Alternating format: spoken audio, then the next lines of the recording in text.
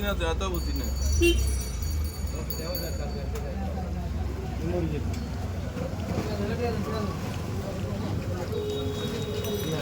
এটা হচ্ছে পুকুরের গুল্লা। দেখেন এটা হচ্ছে আমাদের দেশি পুকুরের গুল্লা, সব ডিমালা। আর এটা হচ্ছে মিনি মাছ, ব্যাং মাছ, ইসা মাছ।